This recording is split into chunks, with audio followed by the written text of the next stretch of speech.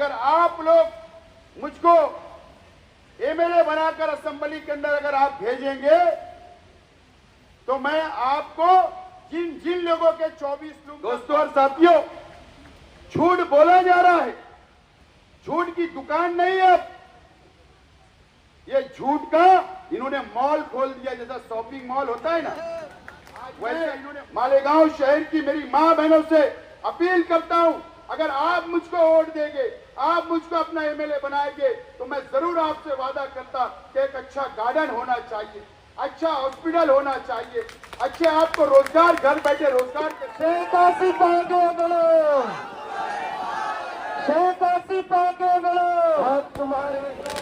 आज के जलसे आम के सदर मोहतरम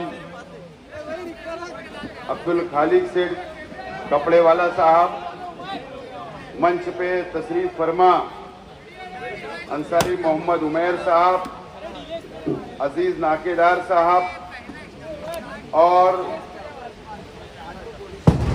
जिन लोगों ने अभी मुझे हिमायत दी और पार्टी के अंदर शामिल हुए ऐसे तमाम ही साथी, मंच पे तशरीफ फरमा पार्टी के तमाम ही जिम्मेदारान और इस जलसेगाह के अंदर तशरीफ फरमा बुजुर्ग हजरात, नौजवान साथी और जहां तक मेरी आवाज जा रही है ऐसी मेरी मां और बहनें, सबसे पहले मैं अंसारी उमैर साहब और उनके तमाम ही साथियों का,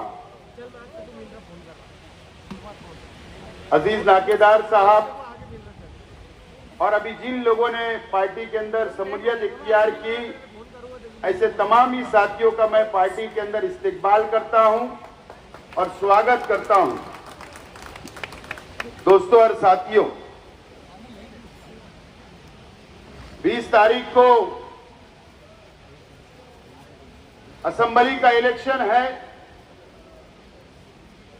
और सबसे पहले मैं आज आप लोगों से 20 तारीख को असेंबली के इलेक्शन में मेरी अपनी जो निशानी है, मुझको जो मिली है, वो ऑटो रिक्शा है। 3 नंबर के बटन पर बटन दबाकर मुझको वोट देकर भारी अक्सरियत से कामयाब करे, मैं सबसे पहले आप लोगों से अपील करता हूं। कुछ दिन पहले यहां पर जाफरनगर में इसी जगह पर आज के एमएलए साहब का जलसा हुआ और जलसे में एमएलए साहब ने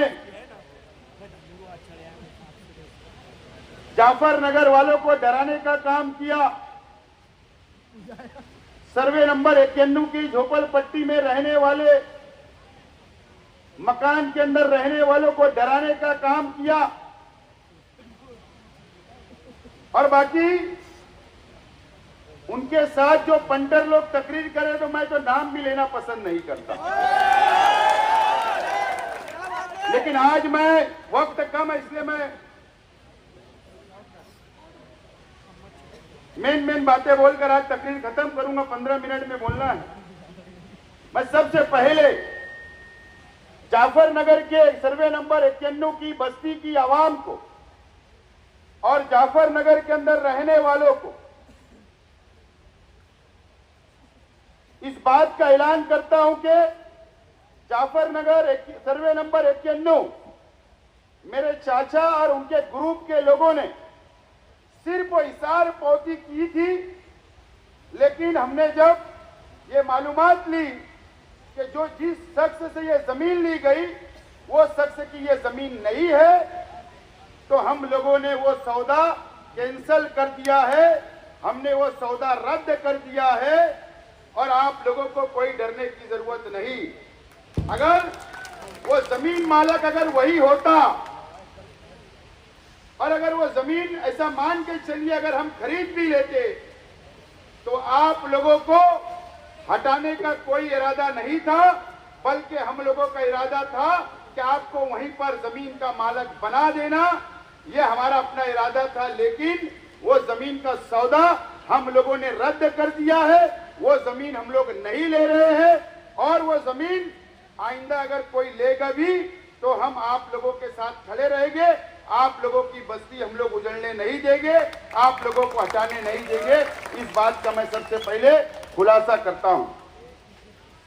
दोस्तों और साथियों, इस्लामपुरे के जलसे में आज जिस जगह जलसा हो रहा है, अल्लाह का करम है कि यहां पर पावर लूम की बस्ती है। जाफर नगर, गोल्डन नगर, या अगर हम आगे जाए फार्मेसी तक, सलाटर तक या दरे गांव तक हम चले जाए तो अल्लाह का करम है, यहां पर पावर लूम सबसे ज्यादा शहर के अंदर, इस इलाके के अंदर है। इस्लामपुरे के अंदर जो मैंने मैनिफेस्टो का पहला वादा किया था, अगर आप लोग मुझको कामयाब करते हैं, आप लोग अगर मुझको असेंबली के अंदर भेजते हैं अपना नुमाइंदा बनाकर, तो उस वक्त भी मैंने ऐलान किया था और आज भी आपसे वादा करता हूं, अगर आप लोग मुझको एमएलए बनाकर असेंबली के अंदर अगर आप भेजेंगे तो मैं आपको जिन जिन लोगों के 24 लूम का कारखाना है, मैं सोलार लगाकर आप लोगों को हुकूमत की तरफ से दूंगा। इस बात का मैं दोबारा ऐलान करता हूं। कई साथियों का, कई बुनकर भाइयों का ये सवाल मन में है कि वो कैसे लगेगा। तो मैंने आप लोगों से कहा था कि जिस तरीके से मस्जिद के ऊपर सोलार लगाने का काम हुकूमत की जानिब से मैंने किया, इंशाअल्लाह उसी तर्ज पे आप लोगों के कारखाने के ऊपर भी, आप लोगों के कारखाने पर भी हम लोग सोलार लगा कर देंगे। और मैंने कोई ये बात हवा में नहीं कही, हवा में कोई ऐलान नहीं किया। मैंने मुकम्मल मालूमात ली, मुकम्मल जानकारी ली और उसके बाद मैंने ऐलान किया हूं। आज मुझे बताइए, 1995 जब भारतीय जनता पार्टी और शिवसेना की सरकार थी, उस वक्त 125 रुपया पर लूम बिजली बिल था। उसके बाद हुकूमतें बदलती गई, उसके बाद हम लोग यूनिट के ऊपर आ गए, उसके बाद सब्सिडी मिलने की शुरुआत हुई और आज तक हुकूमत सब्सिडी दे रही है। आज तक हुकूमत हमको सब्सिडी दे रही है। मैंने उसकी मालूमात ली। अगर एक 24 लूम के कारखाने पर सोलार लगाना होगा तो 16 लाख रुपया एक कारखाने का खर्च आएगा, जिसके ऊपर सोलार लगेगा। हम ये हुकूमत की तरफ से करवाएंगे और हुकूमत को ये दलील देंगे कि हुकूमत पावर लूम बुनकर भाइयों को सब्सिडी देती है और बाकी पैसा बुनकर भाइयों को अदा करना पड़ता है। और जो बिल आती है वो 24,000 25,000 रुपया आती है। हुकूमत को मैं दलील दूंगा, हुकूमत को मजबूर करूंगा कानून बनाने पर कि हुकूमत का भी फायदा है और बुनकर भाइयों का भी फायदा है। अगर हुकूमत 16 लाख रुपया देकर अगर 24 लूम कारखाने वालों को सोलार फिट करती है हुकूमत की तरफ से, तो हुकूमत का सब्सिडी का पैसा भी बचेगा और बुनकर भाइयों का भी पैसा बचेगा और हुकूमत को वन टाइम, एक मर्तबा ही सिर्फ सोलार का खर्च करना पड़ेगा और मेंटेनेंस भी हुकूमत बर्दाश्त करे। इस तरीके की कानून, इस तरीके की स्कीम बनाने का काम मैं वहां पर करूंगा। मैं आज शॉर्ट में बोल रहा हूं, मेरे पास बहुत डिटेल है, लेकिन मैं मुद्दे की बात आप लोगों को बोल रहा हूं। तो बुनकर भाइयों से मैं अपील करता हूं कि ये जो ऐलान मैंने किया हूं, मुझे समझता है कि ये बहुत बड़ा ऐलान है और ये सिर्फ मालेगांव के लिए नहीं बल्कि पूरे महाराष्ट्र के बुनकर भाइयों के लिए होगा। और हुकूमत से लड़कर, हमारी बात मनवाकर, मजबूत दलील देकर हम बुनकर भाइयों का साथ दे सकते हैं, आपका फायदा कर सकते हैं, आपकी मदद कर सकते हैं। ये बात मैं आज आप लोगों से अपील करता हूं कि आप लोग मुझको अपना नुमाइंदा बनाकर असेंबली के अंदर भेजिए। इंशाअल्लाह मैं आप लोगों का पहला लेटर अगर मैं दूंगा तो आपके कारखाने पर सोलार लगे और आपको बिजली बिल से निजात मिले। ये काम करने का मैं काम करूंगा, आप लोगों से मैं वादा करता हूं। आज मैं ये पावर लूम इलाका है। मैं आज मालेगांव शहर के वो साइजिंग मालकान से भी एक अपील करने के लिए यहां पर खड़ा हुआ हूं। साइजिंग मालकान इस बात को मानते हैं, साइजिंग मालकान को इस बात का पता है कि जब एनजीटी का ऑर्डर आया तो साइजिंग सील हो गई, कारोबार बंद हो गया था। दिल्ली की कोर्ट के अंदर हमारा केस चला साइजिंग मालकान का, और कई कानूनी पेपर कोर्ट ने मांगा, एनजीटी कोर्ट ने, और वो पेपर बनाने का काम मैंने और हमारे साथियों ने किया था। और वो कैसे किया था, साइजिंग मालकान आप जानते हो। एनओसी कारपोरेशन से हम लोगों ने दिलाई आपको, उसके बाद से एक भी एनओसी आप लोगों को नहीं मिली। आज के एमएलए साहब ने भी लेटर दिया, कोशिश की, लेकिन एक भी एनओसी नहीं मिली। आपका एनओसी का पीरियड भी खत्म हो गया है। लेकिन नुमाइंदा आज के एमएलए साहब मुकम्मल तौर पर नाकाम हो गए। मैं आज आपके लिए वादा करता हूं कि आपको एनओसी दिलाने का काम तो मैं करूंगा, लेकिन आपको पता है कि हमारा ये शहर मिक्स जोन है, पावर लूम भी है, इंडस्ट्रियल जोन भी है, और हमारा घर गुती भी है, मकानात भी है। ये हमारे शहर के अंदर पावर लूम सनत भी है, और हम इसी शहर के अंदर रहते हैं। जहां जहां साइजिंग चल रही है वहां पर कानून के अंदर डेवलपमेंट प्लान या कानून के अंदर एमआईटीपी एक्ट के अंदर आज तक साइजिंग का उल्लेख नहीं है। कानून के अंदर आप लोगों को याद होगा, जब अजीत दादा पवार साहब के पास हमने मंत्रालय में मीटिंग लगाई तो वहां पर मैंने ये मुतालबा रखा था कि साइजिंग को कानून के अंदर साइजिंग का उल्लेख किया जाए, तरमीम की जाए कि साइजिंग को परमिशन साइजिंग के नाम से मिलना चाहिए। यह हमारे रोजगार का मसला है, यह बहुत बड़ा मसला है। मैं साइजिंग मालकान से भी वादा करता हूं कि अगर आप लोगों ने आपका नुमाइंदा बनाकर असेंबली के अंदर भेजा तो इंशाअल्लाह वो कानून में तरमीम कराने का काम भी मैं करूंगा। इस बात का मैं आपसे वादा करता हूं। दोस्तों और साथियों, झूठ बोला जा रहा है, झूठ की दुकान नहीं है। ये झूठ का इन्होंने मॉल खोल दिया, जैसा शॉपिंग मॉल होता है ना, वैसा इन्होंने मॉल खोल दिया, मॉल। ये शहर देख रहा है, समझ रहा है, और शहर को 20 तारीख को फैसला करना है, शहर के आवाम को फैसला करना है। आज मैं जाफर नगर, गोल्डन नगर, वार्ड नंबर 4, इस इलाके की आप हालात देखो। गोल्डन नगर के अंदर आप देख लीजिए कि आज हालात क्या है। रोड सही नहीं है, गटरे नहीं है, सहूलत नहीं है। वहां पर भी बुनकर भाई रहते। एमएलए साहब, कम से कम आप अपने 10 साल, आपके 3 मेयर हुए, आप कम से कम वार्ड नंबर 14 में तवज्जो दे सकते थे, वहां का विकास कर सकते थे, डेवलप कर सकते थे, लेकिन आपने ऐसा कुछ नहीं किया। आपने कुछ नहीं किया।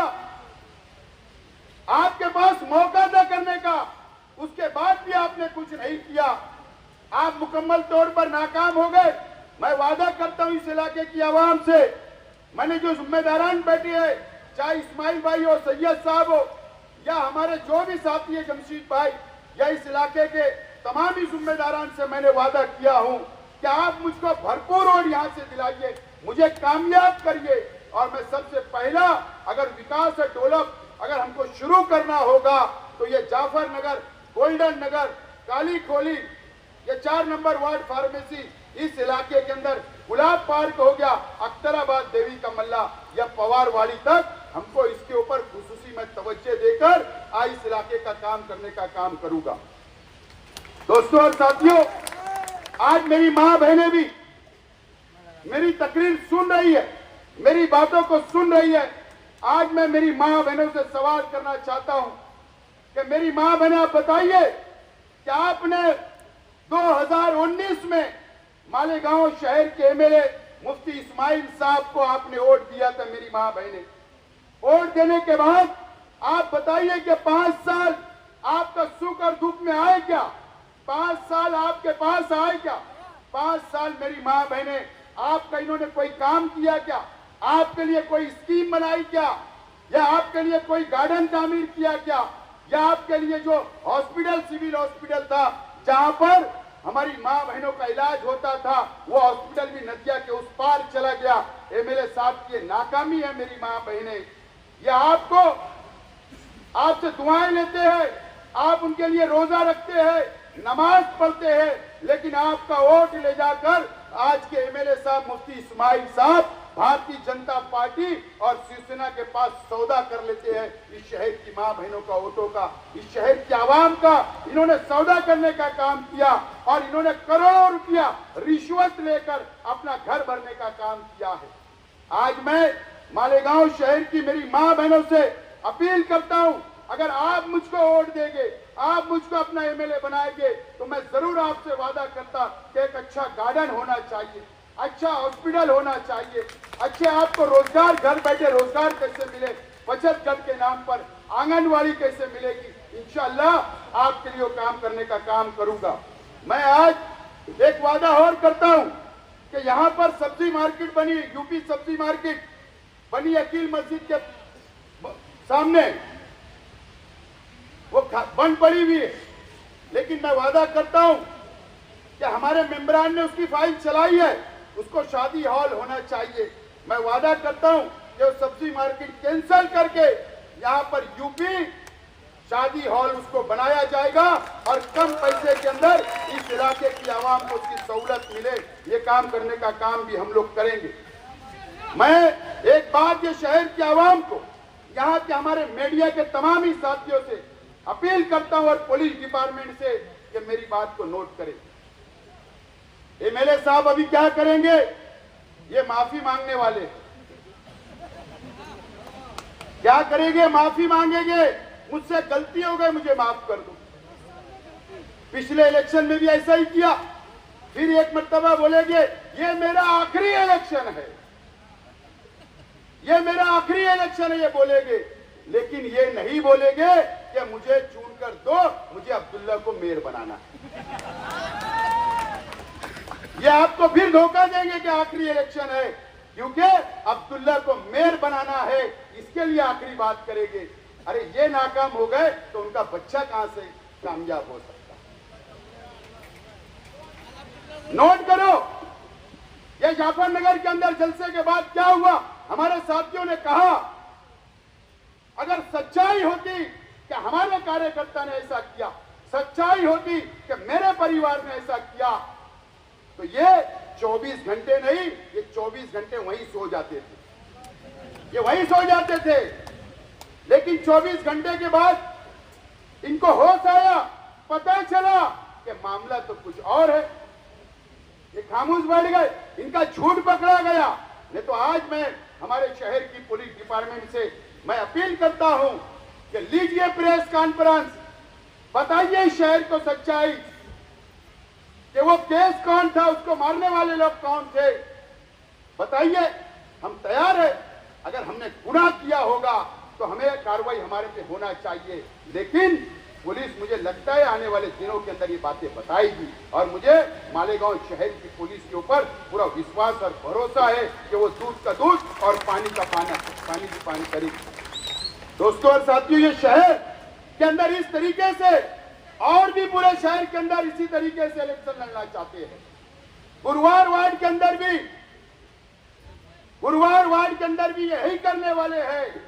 हमारे कार्यकर्ता को छेड़ा जाएगा, उनसे जानबूझ के लड़ाई ली जाएगी और इल्जाम लगाया जाएगा मेरे परिवार पर, मेरे कार्यकर्ताओं के ऊपर। पुलिस डिपार्टमेंट से मेरी अपील है कि ये तमाम चीजों पर नजर बनाकर रखे, इस तरीके का पाखंड ये लोग करने वाले हैं, इनकी जमीन खसक गई है।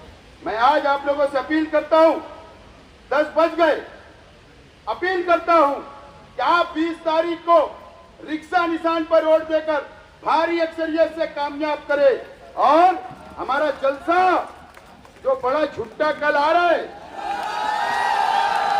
जहां पर उसका स्टेज लगेगा, जुमा के दिन हमारा स्टेज वहीं लगेगा।